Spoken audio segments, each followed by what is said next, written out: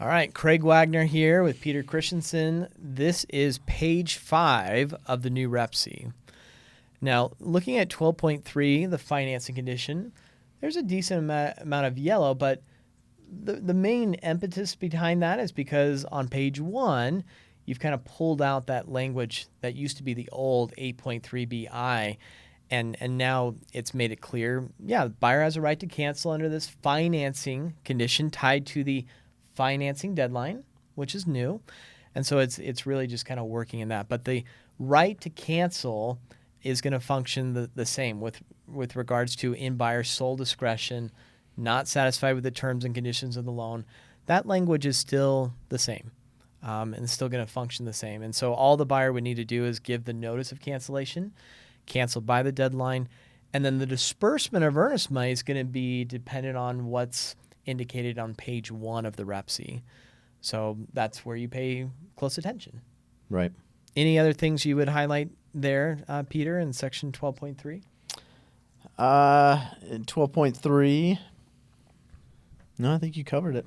Okay, great. Section 13, this is obviously the as-is condition of property. 13.1, the condition of the property, this is same language as before. 13.2, very similar language. There is a line added. It's right before the last sentence. Peter, what does this section do? Well, it's near and dear to my heart, coming from a family of artists, that you don't have to fill in all the nail holes.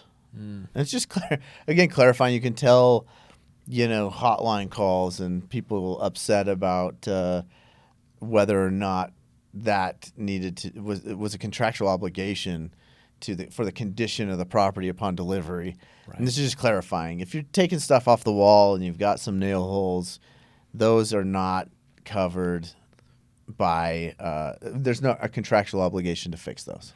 Exactly. Those are pre-existing. They were in place at the time of going under contract. So it's meant to kind of follow that same train of thought.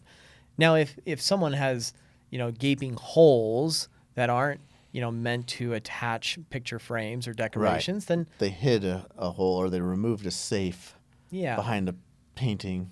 Those are going to be things that you would disclose as part of the seller's disclosures in section 11 of this REPC on page 3 or page 4.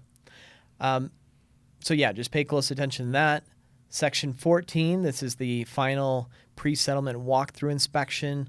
All the language there is the same except for the very last sentence.